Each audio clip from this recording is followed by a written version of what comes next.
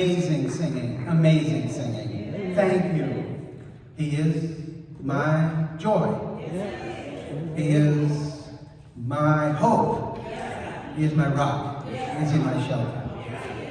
Amen. It says in Psalm 133, verse 1, "Behold, how good and pleasant it is for brethren to dwell together in unity."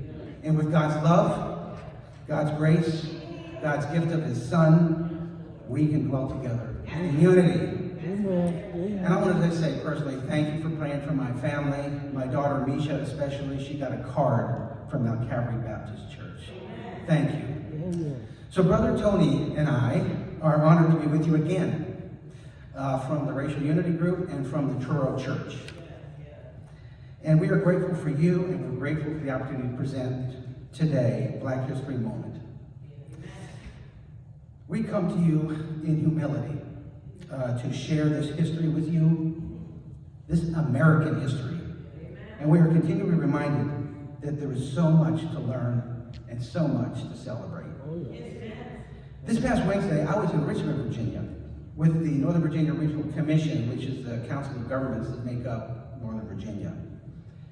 And I had the opportunity to brief the Virginia General Assembly on military veterans and military needs, military family needs. There's a caucus there that focuses on that.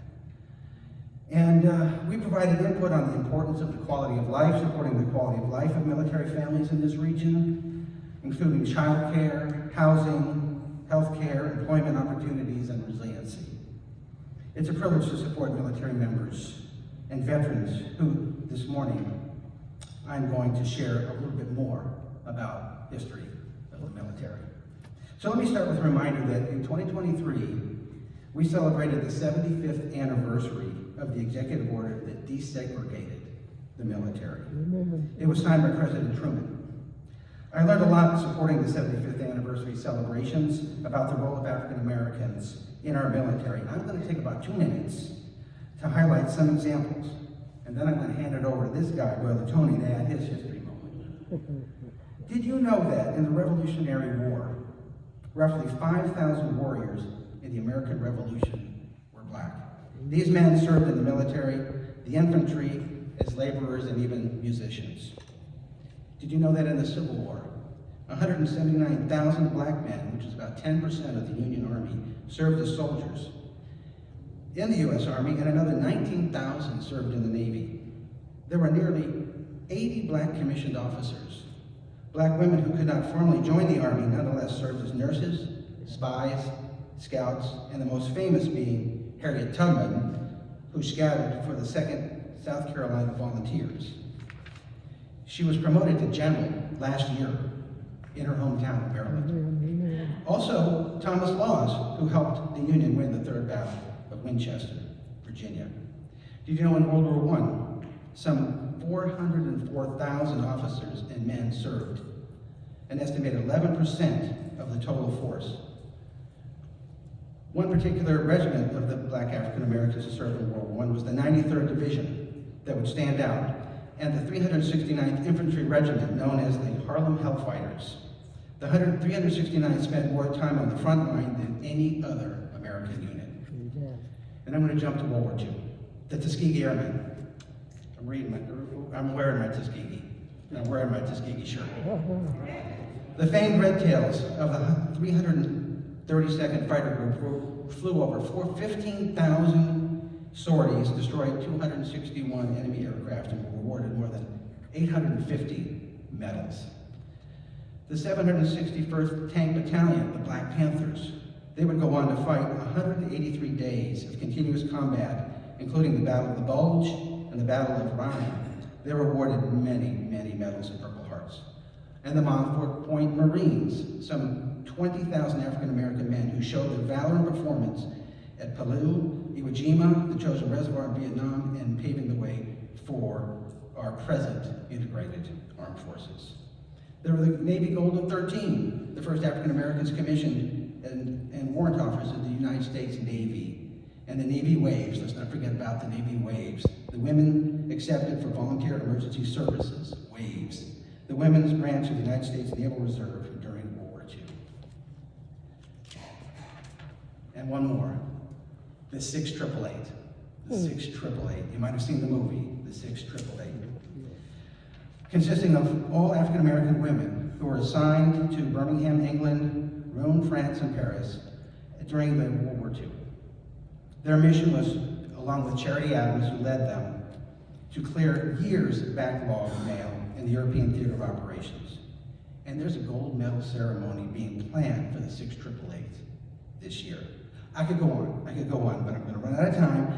So let me just close by saying, African American military history is American history. Amen. And we need to remember and honor the important contributions of these men and women who fought for freedom, home and abroad. Amen. Thank you.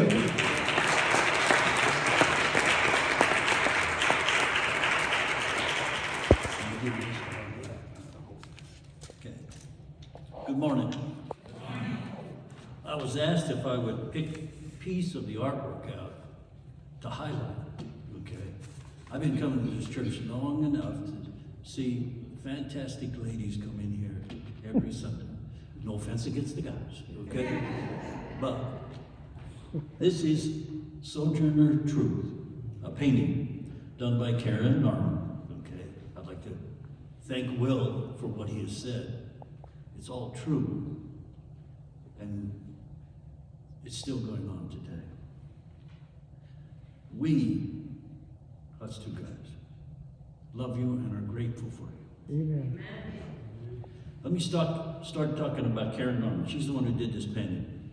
Karen Norman and I, she's an artist, have taught art classes for the Patriots Art Foundation that provides free art classes and materials to veterans.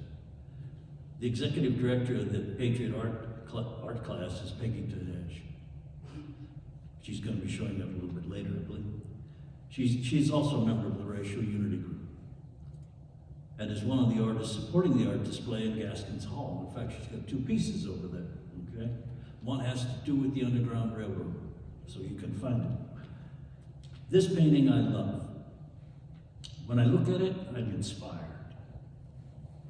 And I want to understand more about this amazing lady, Sojourner Truth, who lived from 1797 to 1883, born just less than 25 years after the Revolution. There's so much to tell, but in the next minute or two, let me share two things. Many of us know Sojourner Truth. You probably know more than I do.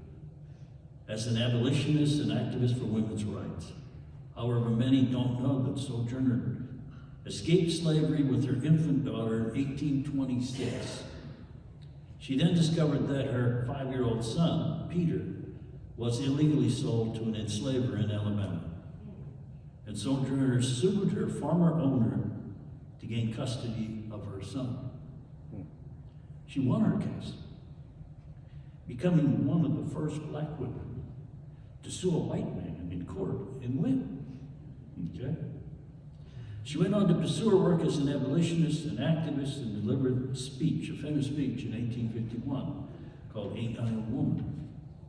Truth was born Isabella Baumfried in Dutch-speaking Ulster County, New York in 1797. She was multilingual. She could also speak Dutch. Okay? She was born into slavery. Her enslavers bought and sold Sojourner 4 times and subjected her to harsh physical, labor, and violent punishments. Truth moved to New York City in 1928 when she worked for a local minister. By the early 1830s, she participated in the religious revivals that were sweeping the state and became a charismatic speaker. In 1843, she declared that the Spirit called on her to preach the truth, renaming herself Sojourner Truth. She became an itinerant preacher. She met with William Lloyd Garrison, who was an abolitionist, and he had paper, and she also knew Frederick Douglass. Garrison's anti-slavery organization encouraged Truth to give speeches about the evils of enslavement. Through all of this, she never learned to read or write. In 1850, she dictated what would become her autobiography, The Narrative of Sojourner Truth, to Olive Gilbert, who assisted in the publication. the book on Kindle. It's an interesting book. In the end, she became an outspoken advocate for abolition, temperance, and civil and women's rights in the 19th century. Her Civil War work earned her an invitation to even meet President Abraham Lincoln in 1864. Thank you very much. Thank you.